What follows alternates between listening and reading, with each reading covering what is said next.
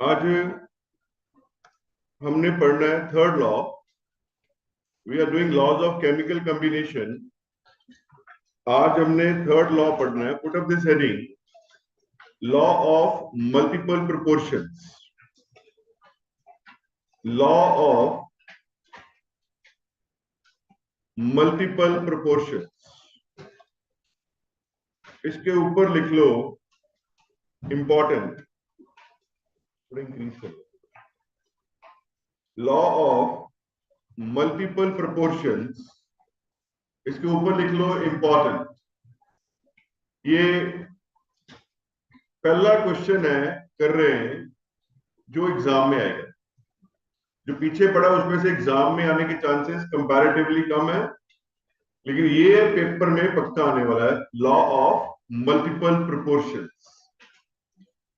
देखिए, ये नाम आपने सुना है, जॉन डाल्टन। ये आपने कहां सुना? बड़ी फेमस, डाल्टन्स एटॉमिक थ्योरी। ये आपने पढ़ ली 9th-10th में, अब नहीं आनी। ठीक है, ऐसे units and dimensions, significant figures, वो आपने फिजिक्स में करनी है, केमिस्ट्री के पेपर में नहीं आती। जब टीचर ने गुस्सा निकालना हो फिर डाल देते। अदरवाइज फिजिक्स का पहला टॉपिक यही है, यूनिट्स एंड डायमेंशंस। केमिस्ट्री यहां से शुरू होती है। अब लॉज ऑफ केमिकल कॉम्बिनेशन में most important one is law of multiple proportion, put forward bye Dalton. ये कुछ लिखना नहीं है, जो लिखना होगा मैं बताऊंगा। ये तो जस्ट इंटरेस्टिंग बनाने के लिए है। You can see John Dalton. इनकी इमेजेस मैं अक्सर शेयर कर देता हूं, कुछ वीडियो भी मैं शेयर करता हूं क्लास में, ताकि टेक्नोलॉजी यूज करके चीजों को इंटरेस्टिंग बनाया जाए। मैंने एक दिन आगे भी शेयर किया था कि इनके नाम इसलिए बता रहे हैं कि हमने वही रोड पकड़ी है जिसपे ये पहले चल चुके हैं, है ना। अब हम भी उस रोड में एंटर कर गए, ताकि हमें पता चले कि ये लोग हमारे हीरोज होने चाहिए, जिन्होंने हमसे पहले काम किया। अब आपने नाम सुना है डाल्टन्स एटॉमिक थ्योरी। क्यों नहीं पढ़नी? अब रीजन है कि डाल्टन के मुताबिक smallest unit of matter is atom. कोई भी एलिमेंट है, उसका स्मॉलेस्ट यूनिट क्या है? एटम है। लेकिन अब आप जानते हो कि उसके अंदर आगे क्या है? Electron, proton, neutron. वो तो आप अभी जानते हो। अच्छा, इसमें हमारी कोई बहादुरी नहीं है। हम पैदा उस वक्त हुए जब तक ये डिस्कवर हो चुका था। अब जो हम आज चीजें देख रहे हैं, अगर हम 40 साल पहले जाएं तो वो नहीं थी। तो फिर हमारी भी कोई बहादुरी नहीं है। अब जो पहले पैदा हो गए उनको नालायक ही नहीं है कि उनको नहीं पता था। आज बच्चा पैदा ही होता है तो उसको मोबाइल चलाना आता है, ठीक है, क्योंकि बच्चे पैदा ही उस युग में हुए। अब डाल्टन एटॉमिक थ्योरी 100 इयर्स तक क्लासेस में पढ़ाते रहे। Dalton was a school teacher in England. वो स्कूल टीचर थे इंग्लैंड के अंदर। अब लॉ ऑफ मल्टीपल प्रोपोर्शन भी उन्होंने दिया। लिखो, इट स्टेट्स दैट, डेफिनेशन लिखो फिर मैं समझाऊंगा सारा। It states that, inverted commas begin, when two elements combine to form, when two elements combine to form two or more than two compounds, two or more than two compounds, when two elements combine to form two or more than two compounds, then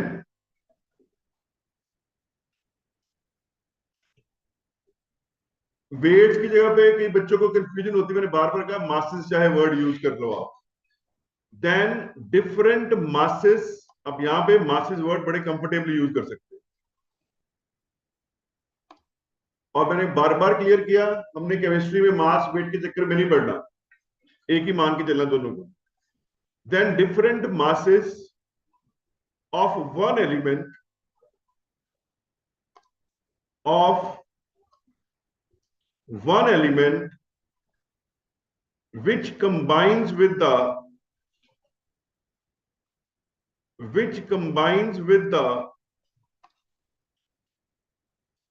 fixed mass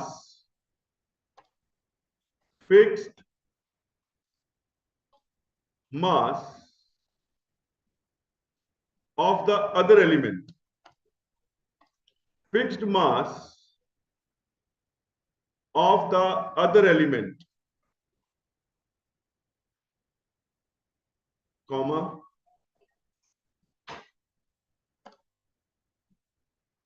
bear a simple ratio to one another.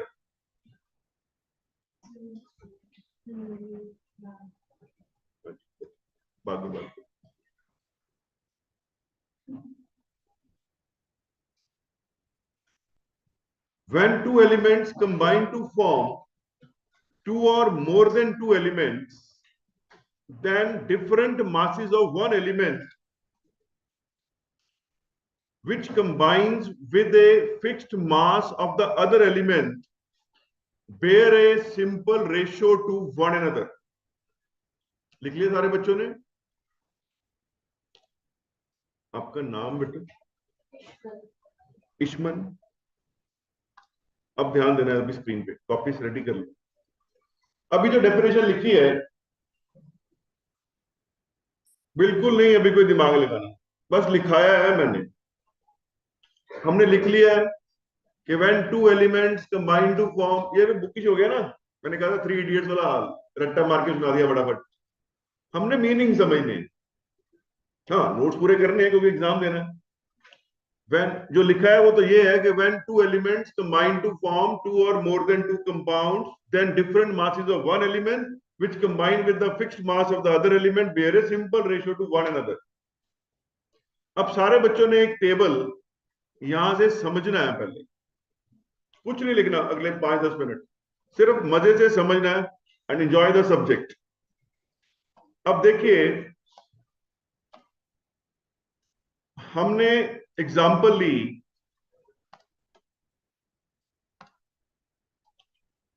Combination of nitrogen and oxygen. ये दो element combine करने जा रहे हैं. अब ये combine करके compounds कौन कौन से बना रहे हैं? तो पहले हम लिख रहे हैं कंपाउंड.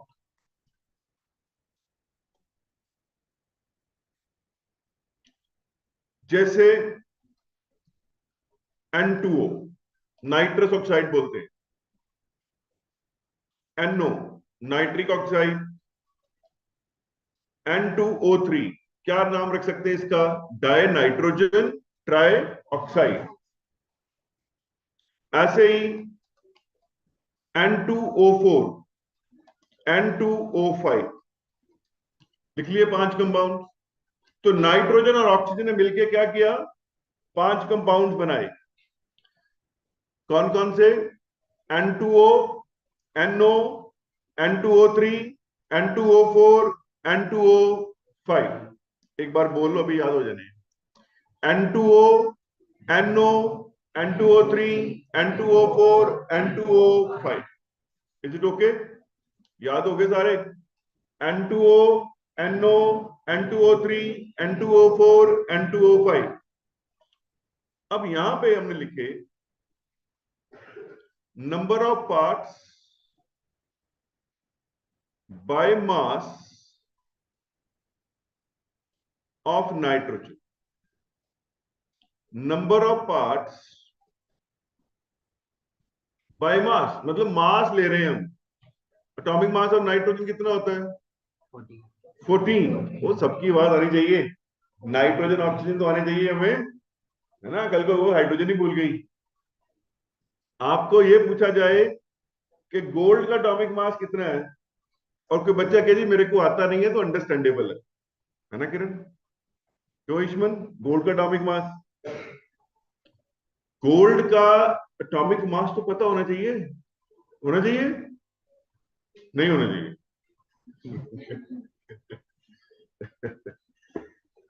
जैसे किसी ने बोला कि मेरे को स्पेल चेक का कंपटीशन होता है, मेरे को सब कोई स्पेलिंग पूछो सब आते हैं. तो फ्रेंड ने पूछा कि स्पेलिंग सुनाओ चेकोस्लोवाकिया.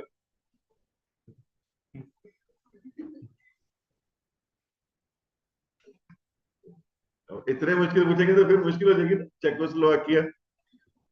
अब गोल्ड का एटॉमिक मास होता है 197, एटॉमिक नंबर 79। हाँ होता है बेटा, बिल्कुल सही बात। ये हमने उसका डायमर लिखा बेटा।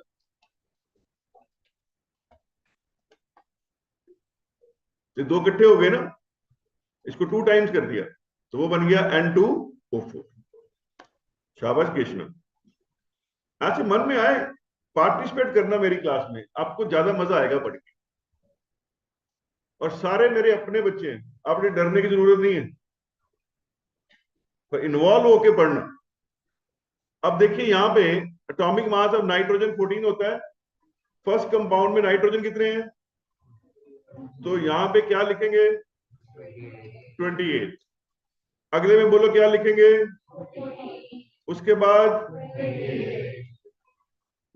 इसके बाद, इसके बाद कर्तव्य त्रेजा, ठीक है। Yes sir. अब ये हमने नाइट्रोजन के एटॉमिक मासेस लिख लिए। अब हम लिखेंगे number of parts by mass of oxygen. पहले कंपाउंड में कितनी ऑक्सीजन है, 1, तो कितना उसका एटॉमिक मास हो गया। दूसरे में क्या आएगा, तीसरे में क्या आएगा, अब 16 का टेबल आना चाहिए और फोर्थ में, पांचवें में, बिल्कुल सही, थोड़ी सी भाई कम होगी है ना। 16 5 जा 80, सही है। इतना बन गया, इतना समय लग गया। अब हमने क्या किया, fixed mass of nitrogen, nitrogen के मास को फिक्स कर लिया। फिक्स करने का मतलब क्या होता है, मान लिया। तो चलो भाई 14 छोड़ो, अब से इसका मास ये मान लिया। जैसे मैथ्स में करते हैं, लेट 10 इज इक्वल टू 1 या 10 इज इक्वल टू 8, ऐसे मान लिया हमने। हमने क्या किया, नाइट्रोजन का मास 14 मान लिया।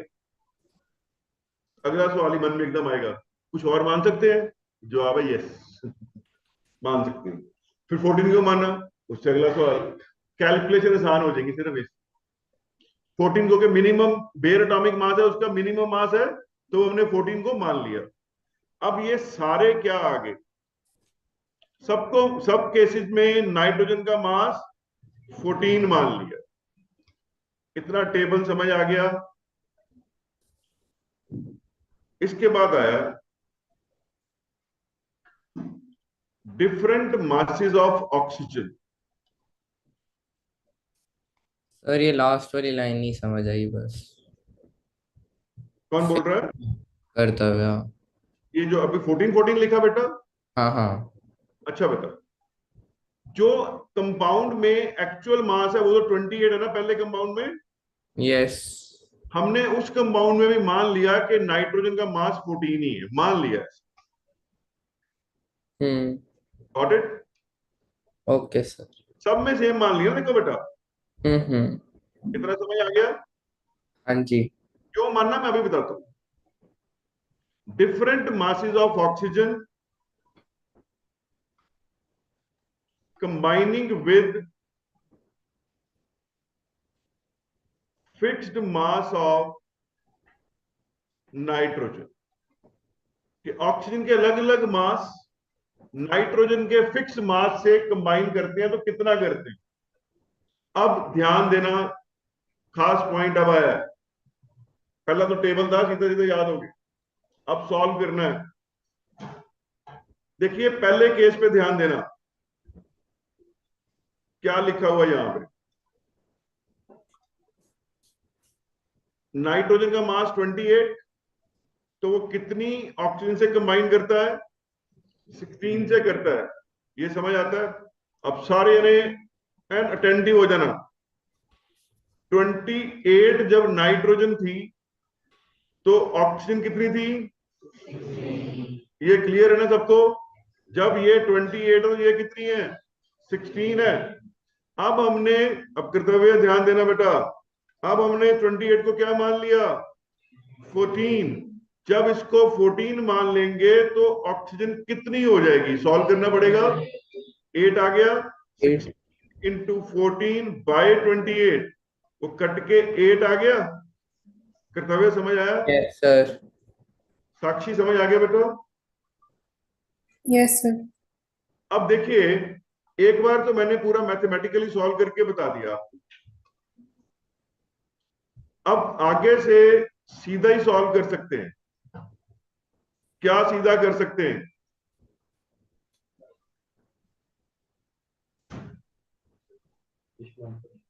दुश्मन फ्री।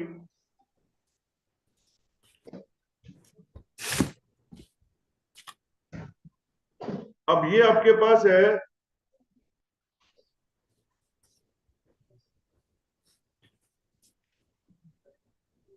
पहला पार्ट, समझ आ गया बेटा सबको। ऑक्सीजन कितनी आई, 8। यानी कि हाफ हो गई ना, सीधा तरीका।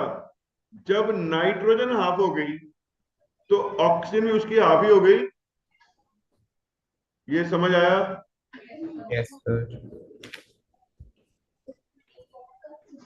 हमने नाइट्रोजन को लीस्ट लिया ना बेटा 14। जब हम आपस में देख रहे हैं एटम्स कंबाइन किस रेशियो में करते हैं, बस। जब नाइट्रोजन 28 थी तो ऑक्सीजन उस 16 थी। अगर नाइट्रोजन आधी कर दी तो ऑक्सीजन तो आधी होगी ना, तो रेशियो तो वही रही। Is it okay?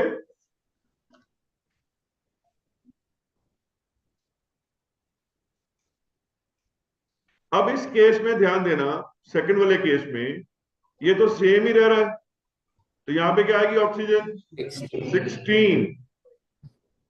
अब इस केस में बताना है N2O3 में इश्मन अब कितना आएगा यहाँ पे ऑक्सीजन,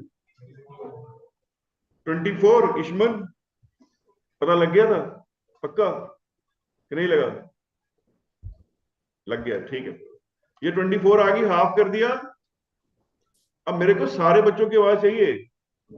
यहाँ पे 28 के साथ 64 कंबाइन कर रही है, तो 14 से कितनी करेगी, बिल्कुल ठीक। अगर यहाँ पे 28 से 80 कर रही है तो 14 से कितनी करेगी, सारी कैलकुलेशन समझ आ गई।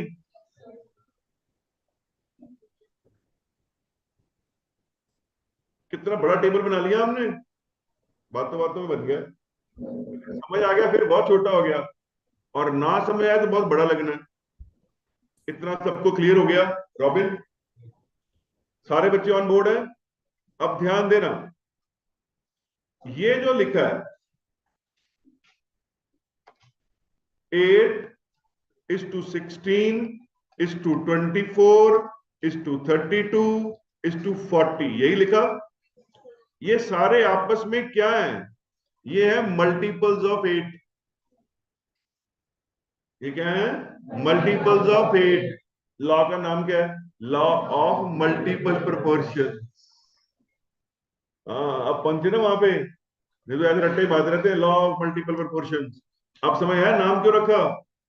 अगर आपको सही समझ आ गया तो आप भी वही नाम रखोगे जो इन लोगों ने रखे हुए हमसे पहले। तो लॉ ऑफ मल्टीपल प्रोपोर्शंस। अब देखिए, अगर इसको सिंप्लीफाई करें तो क्या आ जाएगा, 1:2:3:4:5। इतना समझ आ गया, सारा टेबल समझ आ गया। अब जरा दोबारा लॉ सुनना, क्या लिखा था हमने, when two elements combine to form। अब देखो टू एलिमेंट्स कौन थे, नाइट्रोजन एंड ऑक्सीजन। अब स्क्रीन पे ध्यान रखना आप तो, सारा मैजिक इधर हो रहा है। when two elements combine to form two or more than two compounds, compound कितने बने, 5। N2O NO बोलना है, N2O NO N2O3 N2O4 N2O5। फिर क्या लिखा, then different masses of one element. अब देखो, जो ऑक्सीजन के मासेस थे वो सारे डिफरेंट थे, सारे डिफरेंट थे। Then different masses of one element, आगे क्या लिखा, which combines with fixed mass of the other element. तो नाइट्रोजन के एलिमेंट का मास क्या था? फिक्स। तो कहता कैसे कंबाइन करते हैं भाई? तो कहता है bear a simple ratio, law खत्म। कहां पे बेटा? यहाँ पे टू। टू क्यों करें, ये सवाल है।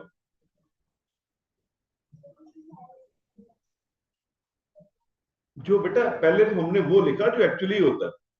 अब एनओ के अंदर तो एक ही एन है ना, how we can take it 28। ठीक है, जो पहले एक्चुअल लिखा, फिर हमने 14 मान लिए और उससे सारी कैलकुलेशन कर दी। इस तरह करने से कैलकुलेशन इजी होगी ना। Is it okay? सबको समझ आया? अब मैं लास्ट टाइम रिपीट कर रहा हूं डेफिनेशन। देखो एक एक वर्ड समझ आता है। अब ध्यान देना इधर। लास्ट टाइम क्या लिखा आपने? व्हेन टू एलिमेंट, मैं कलर चेंज कर रहा हूं ताकि समझ आने में प्रॉब्लम ना आए। ये दो एलिमेंट्स आ गए, कंबाइन टू फॉर्म टू और more than two compound. Then फिर क्या है? Different masses of one element which combine with the fixed mass of the other element bear a simple ratio। सबको समझ लग गया लॉ? अब ध्यान से समझना, जो मेन पॉइंट है, जब भी एटम कंबाइन करेंगे उनके कॉम्बिनेशन की रेशियो हमेशा ही सिंपल होगी। हम सारे लोग आपस में मिलते हैं, तो कैसे मिलते हैं? तो जवाब है सिंपली मिलते हैं, सिंपल फॉर्म में मिलते हैं। कॉम्प्लेक्स फॉर्म में मिल ही नहीं सकते। अब प्रणव इसको बोले किरत को मेरे घर पे आई सर के बल, अगर उसको वो पैरों के बल बुलाएगा तो आराम से आ सकता है ना। वो सर के बल तो पनिशमेंट हो रही है दुनिया में। ये मेरे वर्ड्स याद रखना, किसी भी काम को करने पे जोर नहीं लगता।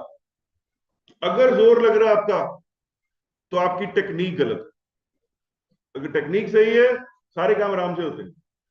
अगर आपको लॉ आराम से समझ आ रहा है, तो टेक्निक सही है। अगर नहीं आ रहा, तो गड़बड़ है, टीचर की भी है और आपकी भी। Law clear? बनाओ टेबल फटाफट। रूहानी समझ आ गया? Yes sir. रूहानी दो हो गई, एक रूहानी अरोड़ा, रूहानी मागो। अब ऐसे बुला लिया करेंगे, एक रूहानी मागो, एक रूहानी बरुआ। Barua is online. रूहानी बरुआ आपको समझ आ गया बेटा? Yes sir. फटाफट ये टेबल बनाओ।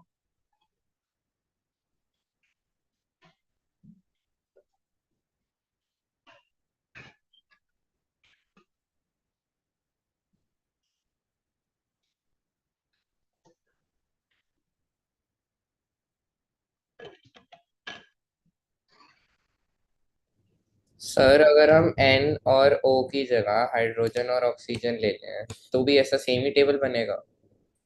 हाँ बनेगा, वो कंपाउंड अलग अलग होंगे ना। अब एन और एच कौन से कंपाउंड बनाते हैं ये बताना।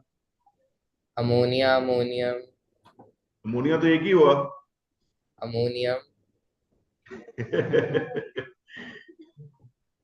टू और मोर देन टू कंपाउंड बनने चाहिए, कर्तव्य तनेजा। Okay sir. वैसे आपने पूछ लिया तो मैं बता देता हूं। एक NH3 बनता है, एक N2H4 भी बनता है, उसे हाइड्राजीन बोलते हैं। पर अभी आप उधर ना जाओ। Okay sir.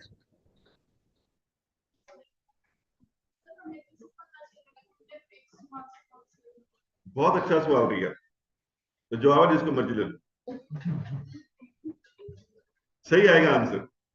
अभी मैं न्यूमेरिकल कराऊंगा ना, हम दोनों तरह करेंगे, जिसको मर्जी फिक्स कर लो। ये तो उन्हें पढ़ने का मजा लेना है, क्योंकि अभी तक हम ऐसे पढ़ते आए हैं, यही याद करना है, ऐसे नहीं।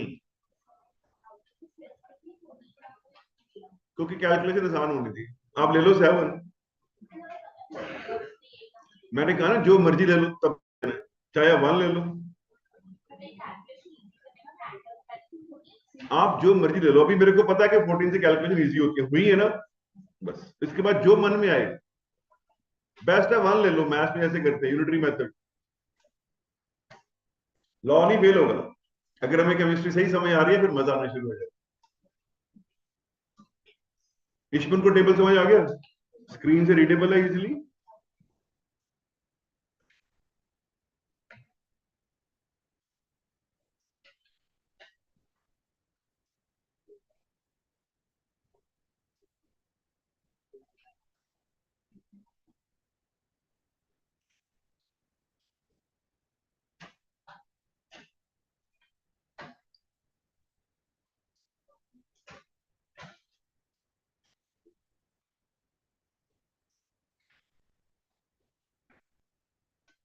समझ आ गया सर?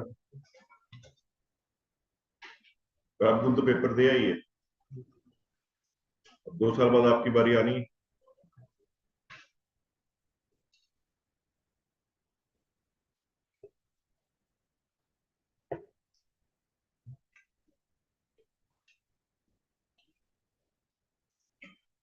फटाफट टेबल बनाओ बेटा।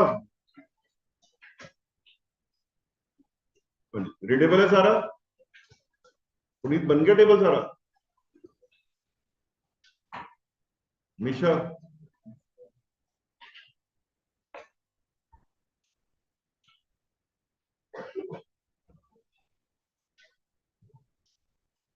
अवनीत का हो गया?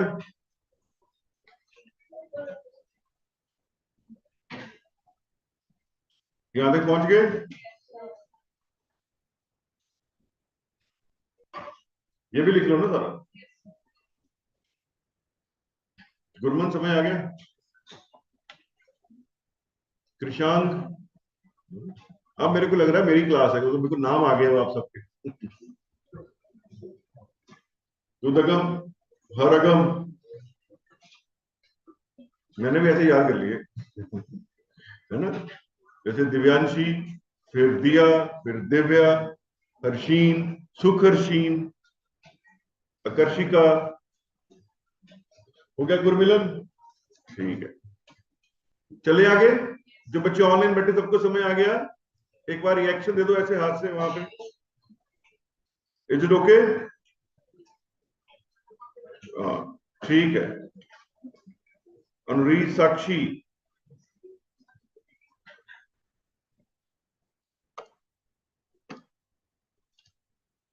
अब नेक्स्ट चलते हैं। अब इस लॉ की लिमिटेशंस क्या है? लिखो लिमिटेशन।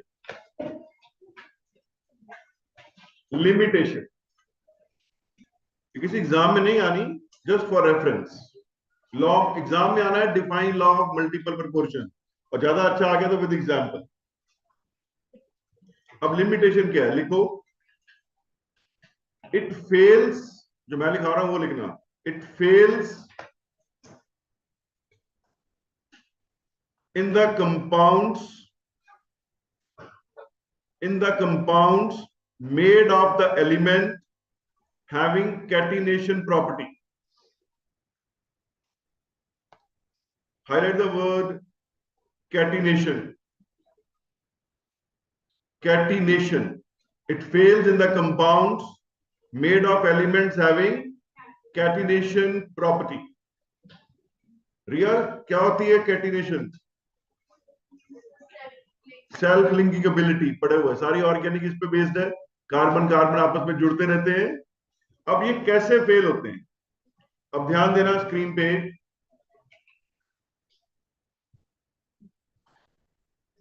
तो वैसे हमने कार्बन के कंपाउंड लिए, आपको पता है कार्बन शोज कैटिनेशन।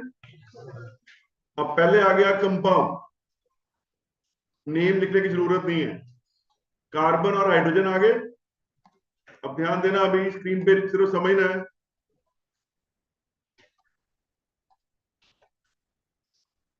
ये मीथेन आ गई, इसमें कार्बन 12, समझ आती है बात? सिर्फ समझना स्क्रीन से। अभी एक कार्बन 12, 4 हाइड्रोजन है तो कितना हो गया? 4। एक का मास 1 तो 4 का 4 हो गया।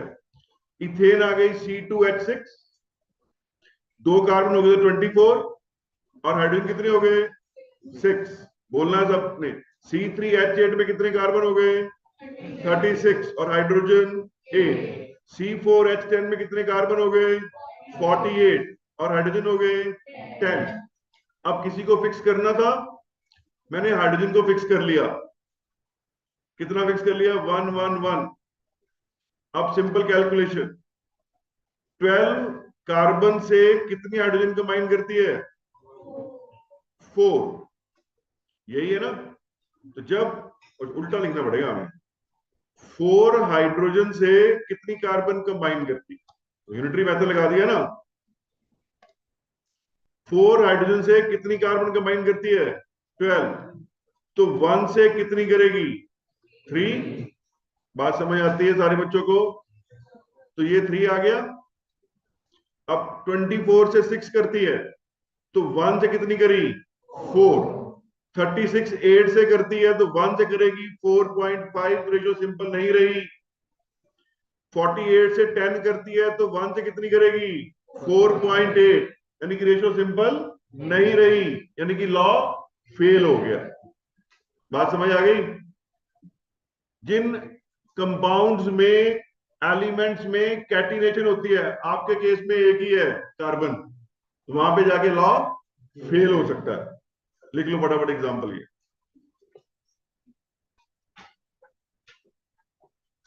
एग्जांपल को कॉपी करो फटाफट, शाबाश।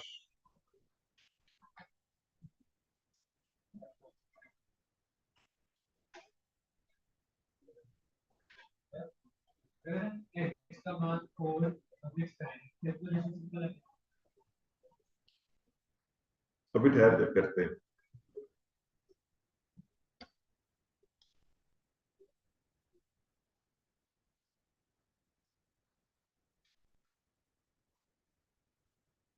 चलो स्क्रीन रिकॉर्ड कर ली। ये वैसे ही वीडियो आपके पास आ जाना है अकाउंट पर। अच्छा, दिख नहीं रही? ओ अच्छा, ठीक है। मेरे पास आ यार, इधर आ जा। ना ना, इधर आ, इधर इधर आ, इधर।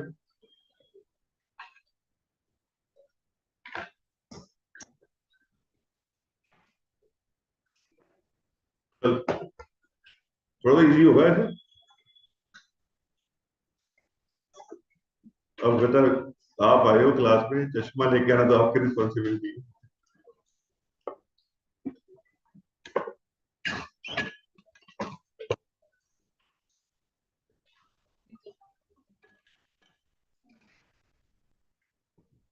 तो ऐसे कर ले, ठीक। मैं इस बात से भी खुश हूं कि आपने काम तो चला लिया ना। हो गया ईश्वर नोट? समय आ गया सारा? और तेजेश्वर, तेजेश्वर कह लूं काफी है? हर भी कह लेगा।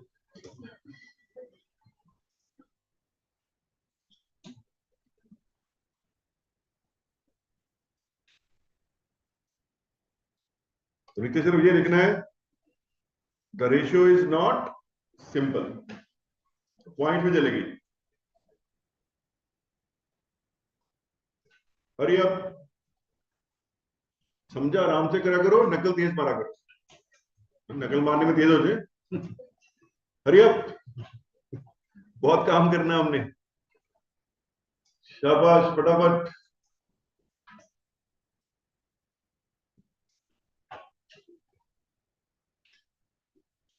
रूहानी मांगो।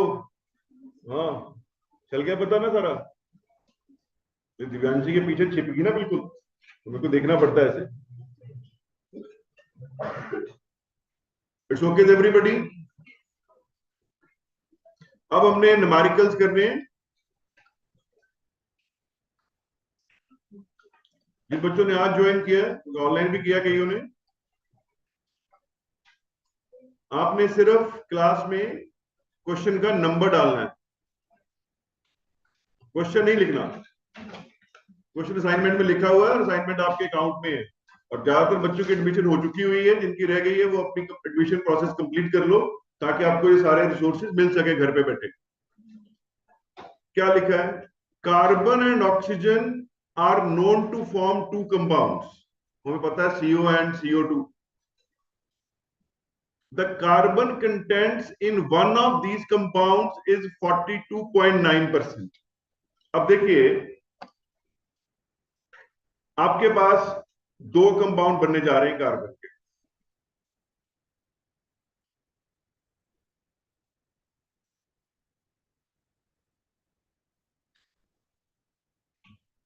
मैंने ऐसे लिख लिया, carbon oxide 1 and carbon oxide 2। अब आप कहोगे सर क्या हम वैसे नहीं लिख सकते CO एंड CO2? तो जवाब है नहीं लिख सकते, क्योंकि मेरे को ये नहीं पता कि इसमें से CO कौन है और CO2 कौन है, क्योंकि परसेंटेजेस दी हुई है ना, परसेंटेज देख के हम नहीं बता सकते। तो लिख लिया कार्बन ऑक्साइड 1, कार्बन ऑक्साइड 2। अब पहले कंपाउंड में कार्बन कितनी है? 42.9%। अगर दो एलिमेंट है, कार्बन एंड ऑक्सीजन, एक की परसेंटेज पता है तो दूसरे की अपने आप निकल गई 100 माइनस दिस। तो इसमें ऑक्सीजन कितनी आ गई बोलिए, बोलो 57.1। सिंपल मैथ्स है। अगर CO2 में वो 2 है तो फिर C की अपने आप परसेंटेज कम नहीं होती? ठीक है, पहले डाटे पे चले, क्योंकि हम कोई आकाशवाणी नहीं करने जा रहे, वैसे ही डाटा वाइज सॉल्व करना बेटा, जो भी आएगा ठीक है। वैसे अदरवाइज ठीक है, जिसमें ऑक्सीजन ज्यादा है वो CO2 होगी, मोटी बात है, पर हमने इसको मैथमेटिकली प्रूव करा। अब दूसरे में कार्बन कितनी है? 27.3। तो ऑक्सीजन कितनी हुई? 72.7। यही हुई। इतना समझ आ गया सबको? इतना समझ आ गया? अब रिया, फिक्स किसको करना है बोलिए? मैं पहले कार्बन को फिक्स करने लगा हूं। कार्बन को 1 लिख लिया, तो ऑक्सीजन हम सॉल्व करेंगे। ये समझ आया? कार्बन का एटॉमिक मास क्या मान लिया? 1 मान लिया। इसको लिख लो जो टेबल बना अभी तक। मान लिया कार्बन को 1 सिर्फ। कर्तव्य लिख लिया इतना।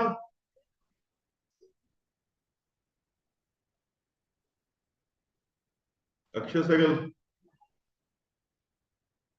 समझ आ गया? सबका हो गया इतना? अब ध्यान देना,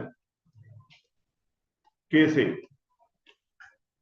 हमने फिक्स किसको किया है? कार्बन को किया है। मैं लगा रहा हूं बच्चों वाला unitary method. 42.9 gram carbon combines with oxygen. O लिखना, कितनी ऑक्सीजन बेटा?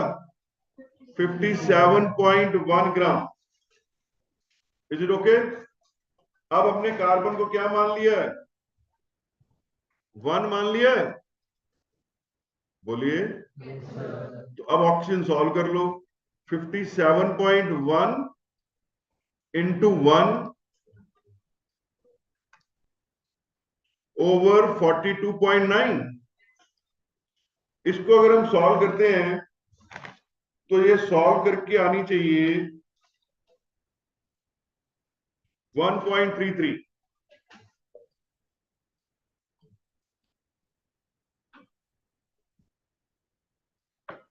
अब मैंने डिफरेंट कलर लेके लिखा है यहां पे, ताकि पता चले सॉल्व करके आया है। बाकी वो सीधा लिख लिया डाटा पे। ठीक है केशव? इतना सबको समझ आ गया? जिनको समझ आ गया रेज हैंड। सब साथ है ना मेरे? यस। अब केस बी ले ले।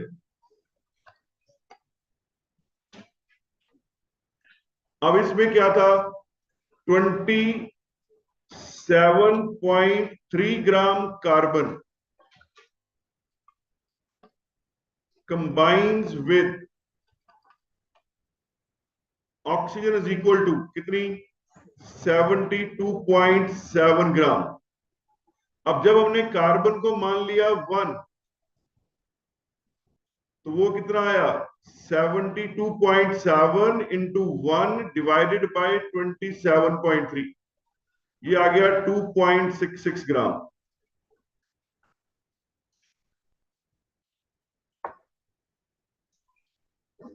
ये आ गया 2.66 ग्राम। अब यहां पे मैंने पुट कर दिया 2.66, तो ये रेशियो आ गई 1:2। हो गया लॉ प्रूफ, रेशियो सिंपल है ना। हम सब लोग सिंपली रहते हैं क्योंकि सिंपल में स्टेबल होंगे, सिंपल में स्टेबल होंगे, है ना। नहीं तो कई बार मन में आता है ना, अमेरिकन पता नहीं कैसे रहते हैं या यूरोपियंस कैसे रहते हैं, जैसे हम रहते हैं वैसे ही रहते हैं, कोई फर्क नहीं। बस यू मस्ट हैव कॉन्फिडेंस कि हम भी ठीक रहते हैं। अब रिया की डिमांड पे ये उल्टा क्वेश्चन सॉल्व कर रहे हैं, मैंने कलर चेंज कर दिया। Put up star and right.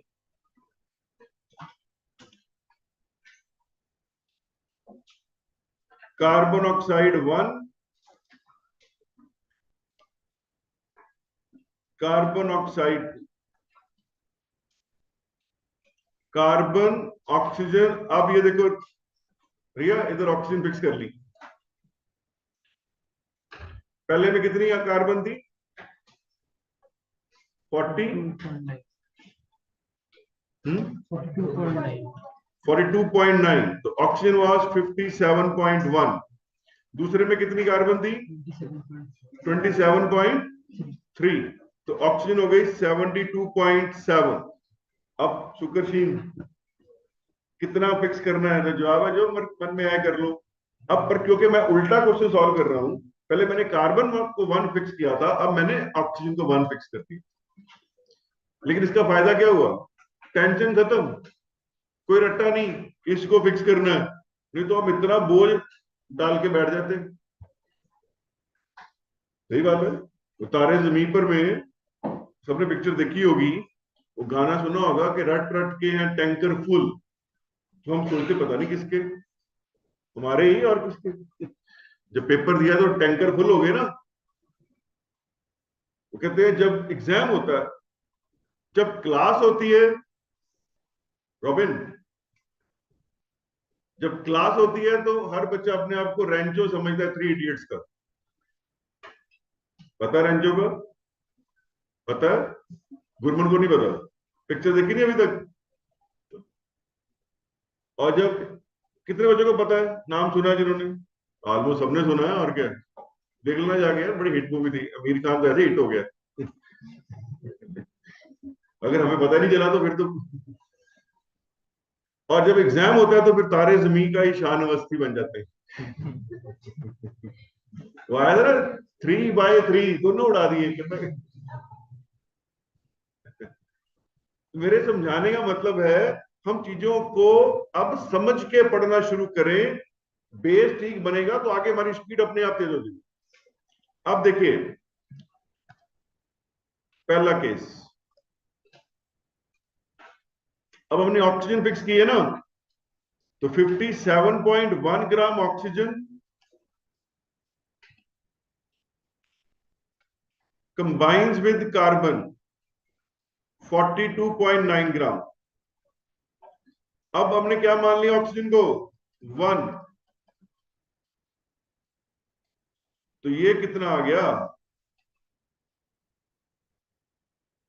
Anybody having calculator can help me out. एक कैलकुलेटर साथ रखना क्लास में, टाइम सेव करेंगे हम। तो क्लास में मेन पढ़ाने का काम है, कैलकुलेशन का नहीं है। मोबाइल तो सबके पास है। हाँ जी, सर 0.75। 0.75। एक कौन बोला? सक्षम डोगरा। Yes sir. ठीक है बेटा, फटाफट दूसरा भी सॉल्व कर। 72.7 gram oxygen combines with carbon, कितनी? 27.3 ग्राम। तो 1 gram oxygen combines with carbon, 27.3 into 1 by 72.7। सक्षम डोगरा 0.37। 375 आ गया। Yes sir. अब आप यहां पे पुट करो, ये आ गया 0.75 और ये आ गया 0.375। रेशियो आ गई 2:1। अब कई बच्चों को यहाँ प्रॉब्लम पड़ जानी है। अक्षर सहगल रेशियो कैसे निकालते हैं? डिवाइड किसको किससे? मैथ्स पढ़ के आए हैं, मेरे को पता है कोविड काल के बच्चे आ रहे हैं, कहीं पूछ ले। स्मॉलेस्ट फिगर से सबको डिवाइड कर दो। रेशियो कैसे निकालते हैं? स्मॉलेस्ट फिगर से, ठीक है अक्षय सहगल, ऐसे बोलना बेटा आगे से। हो गया? लग गया पता मेरे को आपको आता है, पर करेक्ट मेथड सीखना है। स्मॉलेस्ट फिगर से सबको डिवाइड कर दो। अब जैसे 0.375 बाय 0.375 1 आ जाएगा, 0.75 बाय 0.375 2 आ जाएगा। पहले रेशियो क्या आई थी? 1:2। अब क्या आ गई? 2:1, क्योंकि हमने एलिमेंट उल्टा फिक्स कर लिया ना। पहले कार्बन फिक्स की थी, अब किसको किया फिक्स? ऑक्सीजन को। समय आ गया। कितने हमारे वहम निकल गए कि जिसको मर्जी फिक्स करो, ये लॉ है, गलत नहीं होने वाला, बस हमें सही समझ आ जाए। आज आपका अभी बेसिक लॉ ही खत्म हो गया है। अब ये क्वेश्चन पढ़ो, एक ऑब्जेक्टिव क्वेश्चन पढ़ो। Which of the following statements, लिखना है सिर्फ, क्वेश्चन नहीं लिखना, सिर्फ नंबर लिखना है। 16 indicates that law of multiple proportion is being followed. किसमें फॉलो हो रहा है? Sample of carbon dioxide taken from any source will contain carbon oxygen this ratio। इसमें लॉ फॉलो हो रहा है मल्टीपल का। ये एनी सोर्स वाला लॉ कौन सा? Law of definite proportion. ये तो गया। Carbon forms 2 oxides, CO2 and CO। masses of oxygen which combine with fixed mass of carbon are in the ratio of 2:1। यहाँ पे फॉलो हो रहा है, यही आंसर है। अभी तो किया न्यूमेरिकल हमने, आगे भी पढ़ लो। वैसे magnesium burns in oxygen, the amount of magnesium taken for reaction is equal to amount of magnesium in magnesium oxide. ये कौन सा लॉ है? First law, law of conservation of mass. अब सही समय आ रहा है। पेपर ऐसे आना कल को जेई का, नीट का। अगर हमारा कंसेप्ट क्लियर है, कोई क्वेश्चन पेपर टफ नहीं होता। दुनिया में सिंपल क्या है और डिफिकल्ट क्या है? ये नहीं कि फिजिक्स डिफिकल्ट है, केमिस्ट्री आसान है, या कोई कहेगा मैथ्स डिफिकल्ट है, फिजिक्स आसान है, एंड वाइस वर्सा। ये मेरी डेफिनेशन याद रखना, जो भी हमें आता है वो सारा सिंपल है, और जो दूसरों को आता है वो डिफिकल्ट है। अब इसमें कौन सा सब्जेक्ट आया? जो भी हमें आता है वो सारा सिंपल ही है, और जब तक हमें वो नहीं आता था वो डिफिकल्ट था, लेकिन जब आ गया तो वो सिंपल हो गया। इसलिए कोई बोझ डाल के नहीं बैठना कि ये सिंपल और वो डिफिकल्ट। सबको लॉ समझ आ गया? अभी इसके और न्यूमेरिकल्स हैं, हायर लेवल के भी हैं, वो फिर हम कल करेंगे। I stop at this point. एक बार सारे देखो, जो आज पढ़ा डाउट्स है